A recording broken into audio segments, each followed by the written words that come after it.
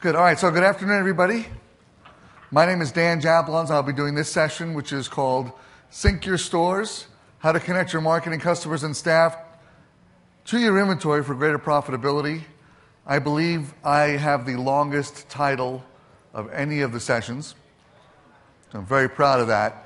I don't know if I win anything for it, but I know that I have the longest title. And it was actually a title that was assigned to me. So it isn't like I made that up, because I couldn't think with that long a sentence. So, but I am going to talk about that today. I'm going to talk about connecting your store, connecting your inventory and your marketing and your customers and your staff so that everybody is hopefully on the same page. First, a little bit about me.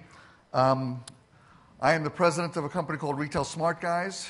We work open and buy planning and inventory consulting and retail consulting and generally helping retailers in stores in 14 countries these days. We do a lot of work in Europe, a lot of work in Latin America, a lot of work in Malaysia, and of course, a whole bunch of stuff here in the United States.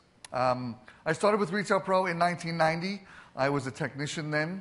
I installed Retail Pro myself personally in a little over 400 locations. So I've seen my share of Retail Pro.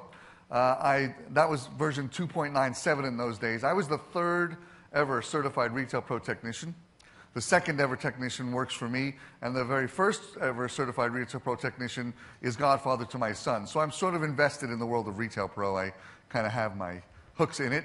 I've worked on more polling than most Democrats and Republicans. Those of you who've been on Retail Pro for a while can appreciate just how hilariously funny that joke is. When I put it on the slide, I laughed. Anyway, I still am working with Retail Pro now. I work with a lot of times I do some work with the development people. I'm helping them think about where the software needs to go, and not so much from a technical standpoint anymore, more from a merchandising standpoint, more from the standpoint of, okay, if you sell someone Retail Pro and you tell them they're going to make money, let's figure out what we need to do and how, okay? Like I said, like it says there, I've worked in 14 countries, and I've won the last 5 years in a row, I've won awards for open buy planning, so I'm very proud of that too. Okay, so here's this is a true story. I asked an employee, actually the store manager at one of the stores we were working with, I said, what do you think the goal is of this store? What are we trying to accomplish? What are we about? What are we trying to do here? Okay? What do we want out of this store? He responded with, we sell cool stuff for money. I don't think that was the marketing message that was defined by corporate, but that's how he put it to me. And I think when he saw that I was a little bit like, what does that really mean? He clarified it to say, we also take credit cards. So that sort of led me down this path of like, okay, what goes on here? You know, how does all this stuff get tied together? How does it work? And how do I get a store pointed in the right direction? And because I'm in a different retail store every day of my life, I get to see a lot of what goes on out there. I see the good, the bad, the ugly, the strange, the fantastic, the unbelievable, that kind of thing. So as you start to think about this for your stores, what is really the challenge? What are we trying to accomplish?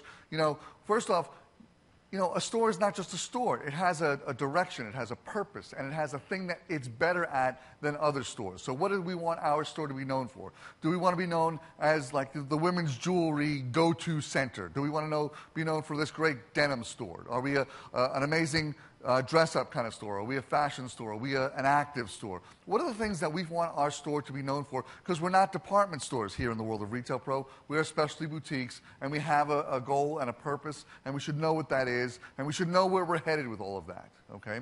And when we're thinking about that, we've also got to figure out, okay, if I believe it's a particular thing, I want to make sure my customers believe it. I want to make sure my staff says the messaging the right way, the way I want to, as opposed to cool stuff for money.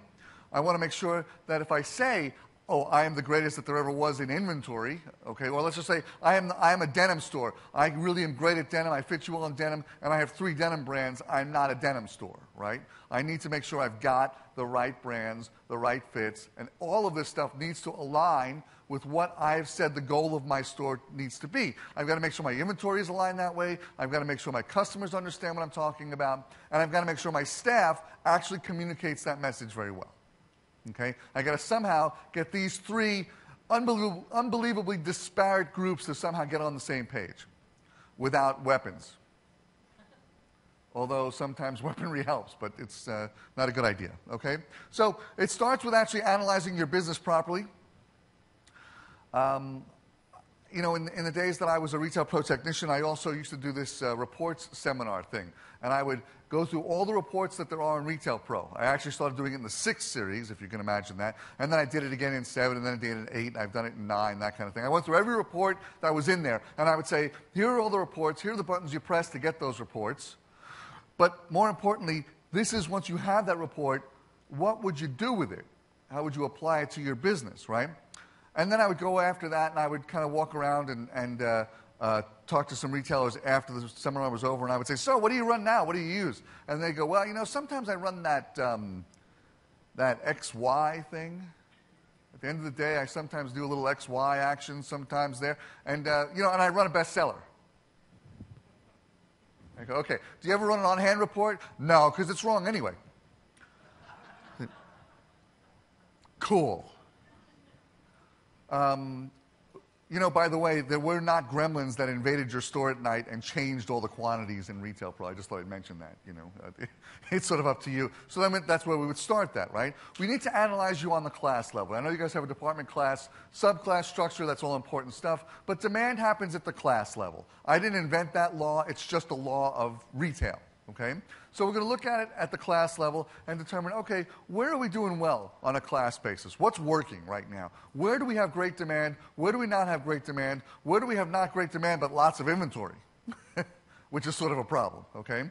At the same time, where do I have some opportunity? Where do I feel like, you know what, if I had fed this class, if I had put some stuff in there, if I had worked on it, maybe I can actually grow that business. I'm going to embarrass, I have some clients in the room, and I may, you know, just use them as an example from time to time, but in a positive way, because I'd like them to still be clients. That said, there are things that you can discover as you start to look at planning and you look at what's happening in a store. You can actually figure out there's places where you're not feeding an inventory, where you're choking that off. And as a result, you don't get the business you should get out of it, okay? What really is the core of what you're doing, okay? And if you've got classes that you believe in, how do you supplement that? So I have one store actually on the East Coast that does an amazing job selling outerwear. They do an incredible job selling outerwear, lots of North Face and Columbia and all those guys. And we found out they sold no gloves just because the buyer felt they were itchy. So customers were going other places to buy gloves. You can imagine how that went. Okay? Also, what vendor support can we get? How do our vendors feel about us? If I go to a vendor and I say, look, you know what? I want to build a big shop-in-shop about you. I want to tell your story. I want to do that. I want to make sure you can support me. I want to make sure I can get filled in quickly. I want to make sure you're going to give me you know, a really great assortment to work with, help me with the merchandising, help my staff, figure out what's going on, all those kinds of things, okay? In short, what do I want the store to be, and how do we actually plan for that success, okay? There's far not enough planning of what your store is and does and can do. And since there is no plan, it's just sort of like, well, whatever happens, happens, and you are the victim of weather, you are the victim of whatever happens in the mall. And by the way, if you're in the mall, the worst thing you can do is talk to some other retailer in the mall. Somehow, retailers in the mall have a tendency to share the most horrible, awful, either recent thing that happened at the store or what's going to happen, right? You know, I've seen other retailers in the mall talk about how the Earth is leaving its orbit and is careening towards the sun right as we speak. You know, it's a little strong.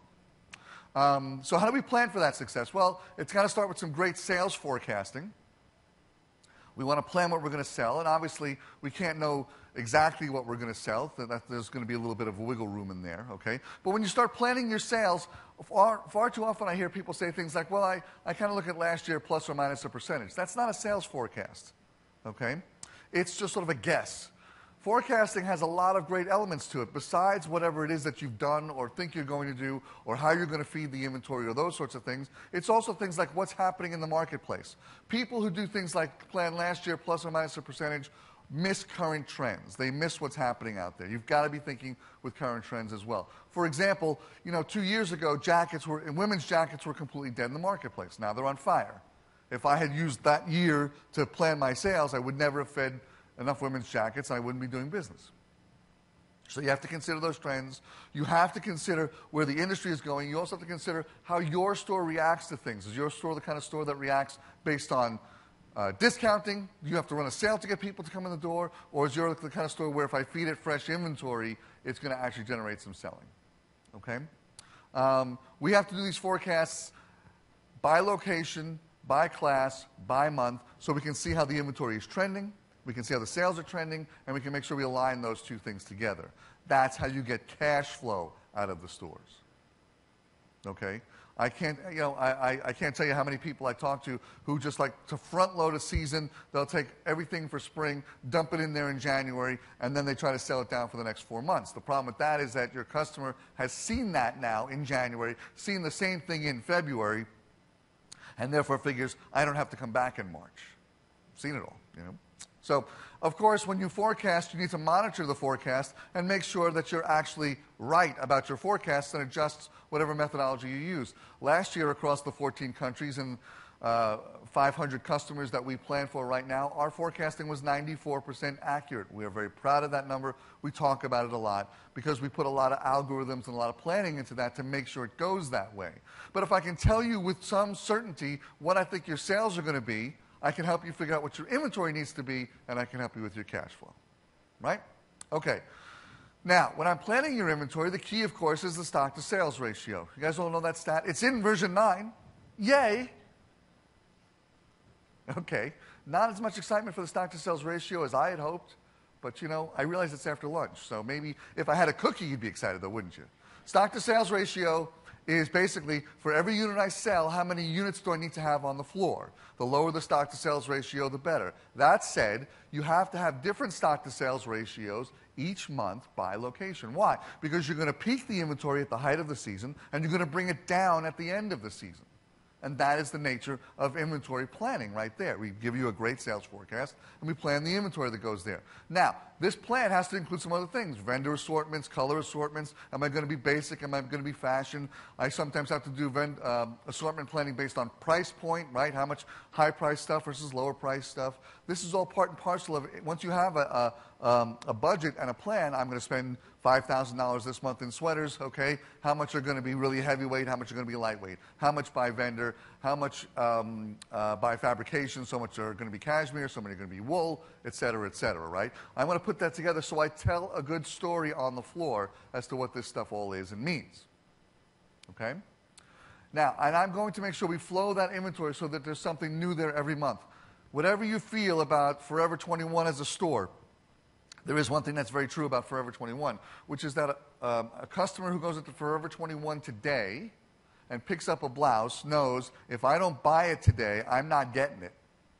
Right? They're going to flow something new in every month. I know people who work with Forever 21, and if they have a blouse and it absolutely blows out, wow, zing, gone in 2 weeks, they go back to the vendor and they say, that was great. What do you got that's like it? They never buy the same thing twice. They've created in their customer such a strong sense of buy it today or you ain't getting it. Okay, that's how they do it. They flow this interesting new merchandise in every single month, and it becomes a compelling reason for their customer to arrive every single month to see what's new and different and exciting. Okay, if I had the same stuff in January as I had in February, as I had in March, by March I kind of know what you have. I don't need to come back anymore. Right? That's one of the ways you want to get people in there. Again, we're monitoring the results. Did we land the inventory? Did it sell through? Did I make the right purchase? By the way, you know, just so you know, there is no perfect buyer. Sometimes you will buy something that is wacky, that you think is great, that your customer goes, yeah, not so much. Okay? Did you take action on that? Did you go, okay, I made a mistake. I'm going to now do something about that. I find far too many people that have fallen deeply, madly, passionately in love with the buy that they've made. Okay? And someday it's going to sell. I actually have a jewelry store in Boston, and he bought a whole bunch of necklaces. He has enough inventory right now in necklaces to last him for the next 7 or 8 years. He's got like, you know, he's got like $50,000 worth of necklaces. He's got $400,000 worth of necklaces. He sells about 50 a year. I said, I think we have to take a markdown here. He said, you know, I don't think I've had enough floor traffic to sell these yet. I said, I could march the Macy's Thanksgiving Day Parade through your store. I don't think that's going to be enough floor traffic to sell these off anytime soon. Your store is a store, not a museum. We need to move through the goods. We make money when we sell them, when we turn them. We don't make money when we kind of have them. Side note, by the way, on e-commerce, because many of you are e-commerce people here, I often see, when I look at e-commerce descriptions, Okay, we're going to plan your inventory, though. We got to make sure there's something new every single month. We have to flow it in. There has to be a reason that you come back. Because listen, no matter what anyone tells you about how scary Amazon is, how scary showrooming is, how scary it is in terms of the internet, right? I'll age myself a little bit. I've been hearing about this fear of death since catalog sales, since JCPenney first dropped that phone book size thing, in the 70s. Keep coming, you're going to make it. It's going to happen. People still like to go to the store. They still shop. And I just read a survey that the millennials prefer to look online but buy in the store. The millennials, which is apparently a planet in some universe nearby. When you ever hear millennials, do you ever think like Kirk and Spock are going to go there and see what's going on with those guys? Okay, when I plan your inventory and I decide that we're going to have a class that we emphasize, we're going to be the kings of denim, we're going to be the kings of activewear, we're going to be the kings of dressier tops or something like that, that doesn't mean we overbuy it. It means we still control it and we plan it, but we have a plan for what that inventory looks like, right? We're not here to just sort of dump goods and hope for the best. We're here to basically come up with the best overall assortment and put that on the floor. I like to pick the supporting classes. I talked a little bit about that before. If I pick a class like outerwear, I want to make sure there's gloves, hats, scarves, those kinds of things that align with that so that I get multiple add-on sales, right? I'm very big on units per transaction. I hope you guys run that one in Retail Pro. You know the Associate Performance Report? I'm a big fan of the Associate Performance Report in Retail Pro. I stomp up and down about that all the time. Because units per transaction are everything, right? Whatever you do marketing-wise to get someone over your threshold into the store, at that point you want to sell them. So if someone comes in to buy a blouse and you've sold them a blouse, you have failed. Because there's stuff that goes with it. I'm not a fan of the store, but if you go into Men's Warehouse and you go in there to ask for directions, they're going to show you a shirt, pants, jacket, the handkerchief that goes with it. They're going to wrap the stuff around there. You know what? I tell all my customers to do this. I say, here's a fun exercise, okay? Go into Men's Warehouse, try to buy a polo shirt, okay? I promise you, they will put 4 out, wrap jackets around all those, pants underneath all of those, shoes there, handkerchiefs, socks, the whole thing. They lay it out, and it's like a magic act. It happens like that. It's pretty impressive. And, as I can say because I'm a member of the group, guys are stupid. Right? I mean, and men, there are some men that won't admit to it, but most of them say, yeah, we're sort of stupid. And so if we see a shirt, we buy it in 8 colors, and that's it, we're done. That's how we buy, right? So Men's Warehouse knows that. They lay it out like that, right? I think you've still got to, all the time that you're working on that assortment, you're going to tweak it, you're going to change it, you're going to adjust it, you're going to test it, you're going to find different things that make that work. This takes time. It doesn't happen overnight. You don't just come up with a magical, brilliant assortment on a Monday and Tuesday you're into cash, right? You've got to try it, test it, figure it out, see what's working. This worked, that didn't work. This vendor was good, that vendor wasn't good. This guy shipped me late, that guy's got a fabrication issue. You got to watch things like what's left in the dressing room, right? We've got fit issues. Like everybody takes this blouse, they bring it into the dressing room, and then they all leave it there. You know there's a problem with that. I have 2 quotes after that I like. The first one is, you cannot improve what you cannot measure. It's a quote by Lord Kelvin. He was around, I think that quote's from the 1700s. It's still true, though, sadly. It's just we have better tools to measure then. There wasn't Retail Pro 0 when Lord Kelvin was around, Some days it feels like that, but it wasn't really like that. And the other one is, don't let the perfect be the enemy of the good. Which means that you can't get this perfectly.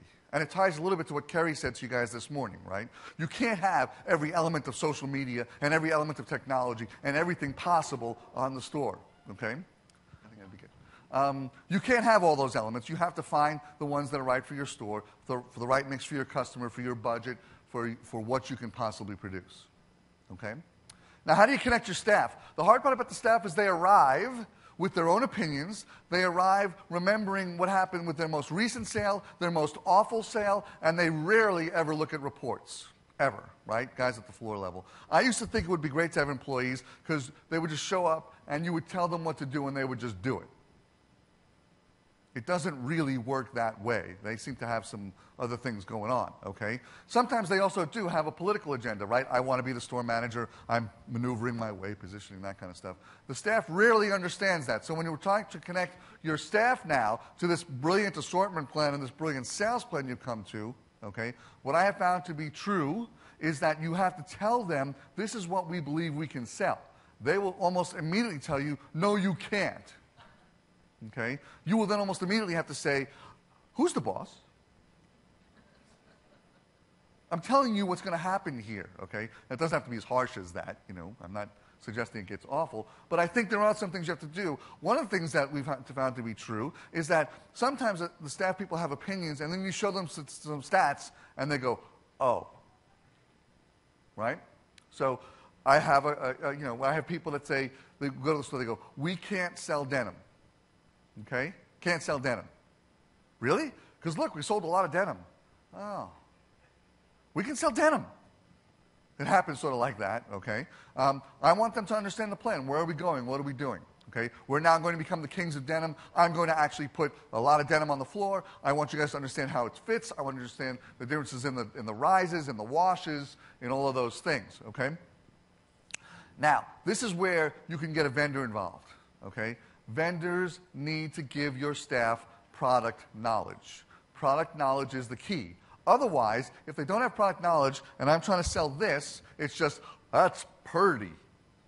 And that's all they can say, right? You know that when you talk to your vendors, the vendors always have some amazing story to tell about their product, right? There's like, this thing was knit by monks in the Himalayas that were born the third one in a sequence or something like that, right? There's always an amazing story about the fabrication, about the manufacture, about something like that. There's always some incredible thing that the vendor's not just saying, hey, I make kind of cool stuff, I hope you buy it, right? There's always a story, right?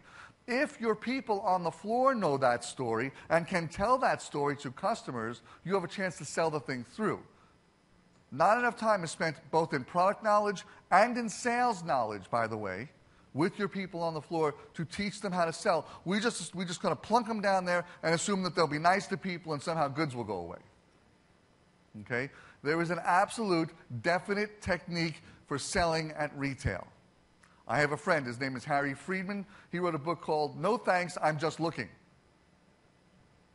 Okay? He has a great way of getting around that, by the way, the no thanks, I'm just looking. I have a guy that I worked with for a long time. He was a great retail salesperson. And when people came in and they said, no thanks, I'm just looking, he would say, great, let me show you what you can't miss. Take him by the hand, ran him around the store.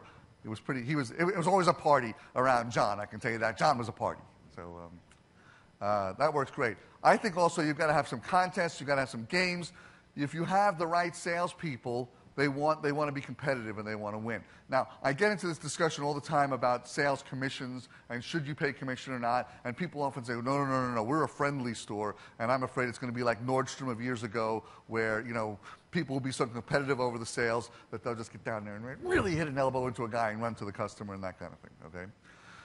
The truth of the matter is, it works best when your salespeople are on a fair and exciting commission plan. We help you. One of the things that I've helped a lot of customers with, and I'm happy to share this with you if you want to come out to the booth later, is we have a great commission plan that's based on them achieving a goal first and then getting commission. If you don't make the commission based on a goal they have to achieve first, then the commission now becomes part of the salary. It's not any fun anymore. It's not a game anymore. It's just sort of a thing. Okay? It becomes entitlement, frankly. I have a son. I understand entitlement. No one understands it better than me, I don't think, but anyway.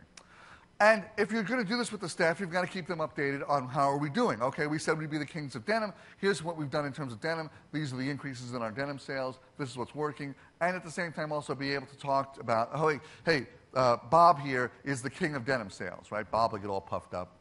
How do you do it, Bob? I'm just great. Okay, go a little deeper. Okay, you'll find out that Bob pulls 4 pairs, puts it in the room with them, that kind of thing. There's a whole technique to all of that. Okay? Now, how do you connect your marketing? This is my favorite thing about marketing now. Marketing is the most confusing thing that there ever was right now because it's all about social media, right? It's all about Facebook posts and Instagram and Pinterest and Twitter and whatever else there is, and there's always a new one, right? There's always a new one called Burp, and that's the newest guy, and he does something that no one else has seen, and that kind of thing. Okay? The problem is that many people walk in the morning and they go, okay, I'm going to do my Facebook post today. What should it be? And that's why you get as many random Facebook posts as you get. I mean, I'm sure all of you are on Facebook, or most of you are. And when you look at your newsfeed, do you sometimes wonder, like, really, did I have to know that? Right? My favorite of them all is, I'm really tired. I always want to go, why are you typing me a message now if you're tired? Why don't you take a nap and tell me what your dream was maybe or something? So too many people are too randomly posting stuff on Facebook. Years ago, when there was no social media, and when there was just newspaper advertising and television and radio and those kinds of things, you had to think of what you were going to say, and you had to have a theme, and it had to stretch over a certain number of weeks. And that was called advertising, and there were people that were smart that did that. Now, any guy with 2 fingers and who's over 18 years old or not, right, can do a Facebook message. Okay? What is the message? Facebook, Twitter, Pinterest, Instagram are vehicles. They are the car by which we get there. They are not the message. You have to think about what your message is and use each of those as the vehicles to get there, okay? This means you've got to think about what you want to say. You've got to calendarize it, okay? If I want to be the king of denim, how am I going to get that message across to my customer week 1, week 2, week 3, week 4? Okay? I can write one day, we are the king of denim. Okay? But if you don't have a calendar and a plan, by the end of that week, it's like, I'm not really the king. Maybe I'm the duke. By the end of that week, I'm the jack. I'm a peasant of denim. I mean, it gets uglier from there. Okay? Obviously, all this stuff gets tied to when the merchandise is going to arrive, what you're going to do about that. Right? The best definition there is for marketing, and there are some really bad definitions of marketing. Okay? The best definition of marketing is creating demand. That's it. Just 2 words, create demand. If your marketing does not create demand, it is not marketing, it is noise, and we have plenty of that now, thank you. Okay? So, if you can create some demand with the message, that's it. Look at the message, does it make people want to buy? In the world of e-commerce, sometimes I have people look at what they describe for the product in e-commerce, and it's as if they've described it as if it's in a museum. Right? This is a beautiful thing. It's made of polycotton. It has this kind of thing. Here are the washing instructions, etc., that kind of stuff. If that person was in front of you and thinking about buying that thing, you wouldn't say that. If they held it in their hands in front of you and was like, I don't know if I'm going to buy this or not, right? What would you say to sell them, to convince them? That's what should be on your website. So everything you do should be connected to those 2 words. Did it create demand? If it doesn't create demand, stop doing it. All of these things need to be measured. Right? Again, Lord Kelvin talked about that. I'll talk quickly about email marketing. People don't email market enough. I often do this exercise. I'm going to do it right now. It's a little fun thing to do. Okay, so let's just pick on someone here. I'm going to pick on you for a moment, sir. Okay? We've never met before? It's like a magic act, right? Are you wearing a watch, sir? No, okay. All right, so how many emails would you say you get a day? Too many is usually the answer, but how many would you say? 100 a day. Okay, he gets 100 a day. He gets 100 a day. How many of you think you get about 100 a day? Most of you? How many of you won't raise your hand no matter what I say? All of you? Okay. So 100 a day is 700 a week, right? It's 2,800 a month. If I email him one email every other week, I get 2 divided by 2,800 of a chance of getting his attention. Marketing is about mind share now. I have to somehow get it in his head that I have stuff to sell. What's the unsubscribe rate typically? 1.5%, 2%. I actually did this with another customer. They said they were afraid of the unsubscribe rate, so they're going to stop sending emails. They don't want to lose people, right? Like the people who unsubscribe were your customer anyway. Okay? That said, okay, so what do you got? I got an 8,000 name mailing list. What's your open rate? About 25%. So 2,000 of them entered it. What was the unsubscribe? 1%. Okay, so I lost 80 people, but I got my message through to 2,000. That's an okay deal for me. I would not want to promote to 2,000 because I'm afraid that 80 people won't like me anymore. High school is over, people. It doesn't matter if they like you that much anymore. You want them to like your store, obviously, right? But that's how that goes. The last part of this is the subject line is the gatekeeper. People who are big email people always are looking at and testing and changing the subject line to see what that looks like. Okay? Okay. Here's the other thing. There's really 2 things I will tell you in all of this marketing craziness that get people to the store. One is email marketing. The other is in-store events. Most people don't like doing in-store events. Why? Because they're afraid they're going to throw a party and no one's going to come. Right? That's a lot like being in high school again, too, isn't it? All right. Here's the thing. Sometimes events work. Sometimes they don't. Sometimes people come. Sometimes they don't. You have to think of this in a different way. You have to somehow poll your customers, find out what kind of events they would like. Trunk shows are fun. I like in-store charity events. Those always get people there, especially because the charity gets the people there, not you as the store owner. So I like those, okay? Sometimes old school stuff really works well, by the way. I've had a store that actually hand-wrote postcards. People walked into the store. What is this? It's a handwritten postcard. I didn't know what to do with it. I couldn't file it. I couldn't delete it. I couldn't put it in a folder. I didn't know what to go on. Okay. Programs like these, where you forecast your sales, you plan your inventory, you get your staff lined up, and you start marketing for it, they take a couple of months to work. It doesn't happen overnight. You can't do it in a week and think it's going to, and then go, I did it for a week, it didn't work, I'm done. Let me go back to just guessing, okay? It takes a methodical approach to make it happen. It takes some discipline, okay? And you want to keep it going, you want to keep evaluating it and moving it forward, that sort of thing. You'll be making adjustments along the way, but the thing is, do something. Take some action. Don't just do what you've always done. Okay, one last thing, and I'm going to take some questions. I'm out there at booth 12. I have a little booth. It's almost a joke, but I have a little booth almost in the dead center. And we're offering a free inventory analysis as part of what we're doing here at the Retail Pro Conference. So if you come to us, we will grab your data out of Retail Pro. We'll analyze your business. We'll tell you where we think we can grow it. We'll tell you where we think you might be having some struggles, some benefits, and that kind of thing. And we'll give you what we think is happening well in terms of your costing and how your business is running and that kind of stuff. It's completely free. There's no obligation. If we think we can help you, we'll tell you that. We'll give you a proposal. If we don't think we can help you, we won't give you a proposal. You know, we can't help everybody, but we can help most stores. So there you go. That said, I have 2.5 minutes to answer questions.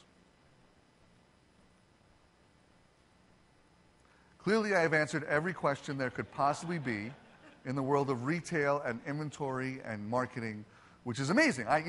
That's why I get invited to speak at these things, because I'm able to answer them all so effectively in just 40 minutes. I bet you wish you'd met me like a year ago, right? Oh, yes, sir. Okay.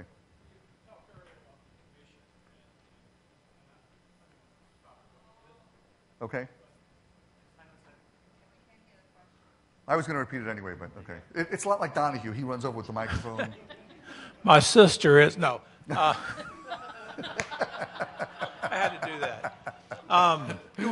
You were speaking of commission earlier, yeah. And obviously we're not, any of our employees are on commission, and I was just curious, how do you implement that? And you were talking about how do you implement the commission plan? Yeah. It goes a little bit like this. You have a staff meeting, and you lay out the commission plan. You have to first, though, do the math in advance of that, right? You have to go, if you were on this plan, you would have gotten this, right?